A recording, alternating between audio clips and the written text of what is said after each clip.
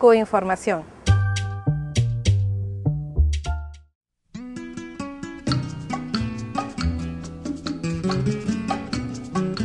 Hablando de crisis, desde luego estoy hablando de la crisis, como ustedes saben, no solamente una crisis que se limita a una cuestión financiera y económica, como nos han querido hacer creer, sino que es una cuestión mucho más profunda en la que la crisis social que estamos conociendo en todo el mundo, en especial en Europa, una crisis,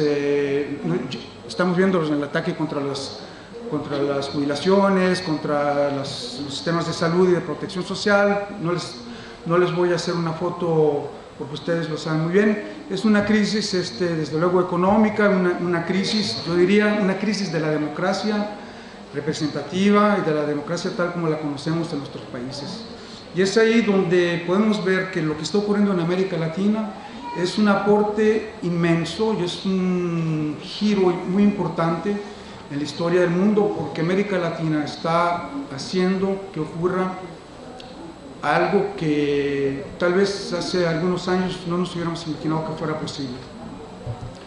Y son países, la mayor parte de entre ellos, que están pudiendo enfrentar a la crisis porque han hecho esas políticas que nos dicen aquí que son imposibles de aplicar. Son políticas, como decía Willy, que atacan, que se confrontan, que van en la dirección contraria del famoso consenso de Washington, que primero se implementó en América Latina y que después se ha traído aquí a Europa, con privatizaciones, redefinición del rol del Estado, etcétera, etcétera, no entro en detalle. Y hoy estamos viendo en América Latina, primero a mi manera de ver, de que se está poniendo en el centro, se le está dando una centralidad a la cuestión de la democracia, pero se trata de una democracia renovada, una democracia reinventada, de maneras diferentes, porque hay que reconocer que hay una gran diversidad en cada una de las experiencias latinoamericanas. Yo empezaría por la de Cuba, desde luego, porque es tal vez la más antigua, o sea, en todo caso de las que han podido ser victoriosas y que siguen siéndolo. Yo creo que habría que decir también y tener ese reconocimiento de que sin Cuba no hubiera posible para muchos revolucionarios y progresistas latinoamericanos encontrar un refugio. Es el país que, como seguido decimos todos, siguió siendo una especie de faro en la oscuridad de las dictaduras y de la época del neoliberalismo. Pero también tenemos las experiencias democráticas como las que están implementando en Venezuela, en Ecuador, en Bolivia y también yo diría en otros países con otros tipos de reformas, como serían en Uruguay y otros países bueno, de América Latina. Segunda cuestión que me parece importante para esta manera de enfrentar a la crisis, bueno, sobre la cuestión de la democracia, lo que quería decir es de que se ha creado una correlación de fuerzas políticas en cada uno de estos países de que apoya las reformas que se han echado a andar y que a cada vez que ha habido ataques de la burguesía o del imperialismo se ha encontrado enfrente a pueblos que han empezado a organizarse y que han echado abajo esas tentativas, como se ha ido el caso, por ejemplo, del golpe de Estado en Venezuela. También está, desde luego, la cuestión de la recuperación de los recursos naturales, que hoy son un vector de desarrollo, que ya no sirven ya nada más para las ganancias de las transnacionales. Se ha parado el pillaje. Está también la cuestión de un nuevo Estado, cuando menos se empieza a redefinir de otra manera el Estado, que se convierta hoy en un instrumento de distribución de las riquezas y sobre todo de creación de las condiciones para la justicia social. Y yo diría también que la cuestión del lugar que está ocupando hoy América Latina en el mundo es muy, muy importante. Ustedes pueden verlo con las experiencias de integración regional, con la creación de ALBA, la Alianza de los Pueblos de América Bolivariana de América Latina, la Unión de Naciones de América del Sur, y el nuevo proyecto de organización de Estados americanos, de Estados de América Latina. Todo esto, desde luego, permitió avanzar concretamente en ciertas cuestiones, como por ejemplo cuando se derribó en 2005 el acuerdo de libre comercio para las Américas que trataba Bush de imponer a esos pueblos. Hay otras experiencias más, como por ejemplo las tentativas, cuando se trató de hacer un golpe de Estado contra Evo Morales, los pueblos de América Latina se movilizaron, los estados se movilizaron.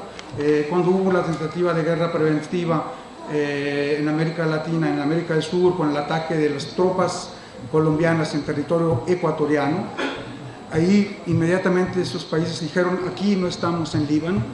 aquí no estamos en el Medio Oriente, aquí no va a entrar la guerra preventiva del señor Bush.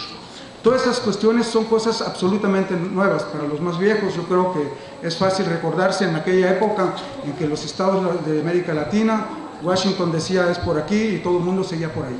Esa época se ha acabado y yo creo que no estoy exagerando si digo que la hegemonía estadounidense nunca ha sido tan cuestionada en el continente como lo está haciendo hoy. La cuestión es de saber cómo vamos a poder avanzar y ayudar, implicarnos en esa correlación de fuerzas para que esos pueblos puedan seguir adelante. También quería mencionar de que las cosas no es tan fácil, porque enfrente hay un contraataque. Se está hablando del retorno de la derecha en América Latina. Yo no lo veo así. En los lugares, en los países donde la derecha ha estado ganando, son países donde son regímenes que se supone son, algunos dicen que son de izquierda, pero que no han implementado ese tipo de políticas de las que yo hablaba antes y que se han contentado con instalarse confortablemente en las instituciones sin transformarlas, y que siguieron y que le dieron una continuidad a las políticas neoliberales, tal vez en su versión social liberal, vamos a decir, pero que no dieron los resultados esperados por esos pueblos, y eso está trayendo seguramente la derecha en Panamá, en Chile y en algunos otros lugares. Desde luego los Estados Unidos también están tratando de hacer frente a esta nueva unidad latinoamericana, tratando de recuperar la Organización de Estados Americanos, que por ejemplo fue una cachetada la que le dieron los países latinoamericanos a Estados Unidos en ese marco, cuando le imponen que anule la resolución que expulsaba a Cuba en 1962 por haber escogido la vía socialista. Desde luego Cuba no quiere regresar a esa organización que, y con razón, prefiere la Organización de Estados Latinoamericanos, que está en construcción. Pero igual los Estados Unidos no cejan y están movilizando a sus tropas, están movilizando a México, están movilizando a Chile, están movilizando a Panamá, a Costa Rica y otros países para tratar, dicen ellos, de renovar la Organización de Estados Americanos. A mi manera de ver, les va a costar bastante trabajo y no creo que haya retroceso. La experiencia ganada por esos países es muy difícil de echarla atrás. Para acabar, para no ser ya demasiado largo, sobre todo que Willy nos mostró que se podía ser conciso y sintético y decir muchas cosas interesantes, quisiera también recordar que los pueblos donde las cosas andan mal y que necesitan nuestra solidaridad, pero una solidaridad activa. Pienso primero en países como Chile, donde hay 34 indígenas mapuches en huelga de hambre desde hace más de 2 meses, apoyados por algunos sectores de la izquierda, que siguen luchando por sus derechos, un pueblo a quien han expulsado de sus tierras ancestrales, en un país donde sigue en vigor la Constitución pinochetista. Pienso en México, que es víctima de una violencia, la violencia del narcotráfico, desde luego, pero que es el resultado de las políticas neoliberales también, que expulsaron a los campesinos de sus tierras y que trajeron más corrupción y bueno, es una verdadera amenaza a la democracia. Colombia, donde se acaba de descubrir la fosa común, tal vez la más grande de América Latina, donde los compañeros de la izquierda colombiana luchan en condiciones extremadamente difíciles. Todo esto me lleva a decir, y para concluir, de que me parece que los progresistas, las gentes de izquierdas de Europa,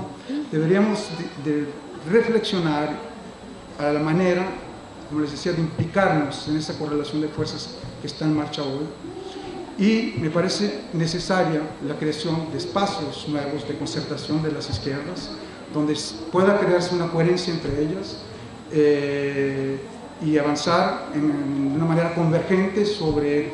temas que no son comunes. No hay que creer de que estamos luchando por cuestiones diferentes. Al final de cuentas, cuando se pone a competir a los trabajadores de los dos continentes, cuando sobre la base justamente de que parece ser de que allá son más baratos los trabajadores, de que no tienen menos protección social y que aquí nos imponen esas reglas diciéndoles que ustedes no aceptan reducción de salarios y que desaparezcan sus sistemas de protección social, no serán competitivos frente a los trabajadores de los otros países. Todo esto que tenemos que luchar juntos por nuevos derechos y darle una nueva dimensión a nuestras luchas nacionales, una dimensión regional, una dimensión internacional.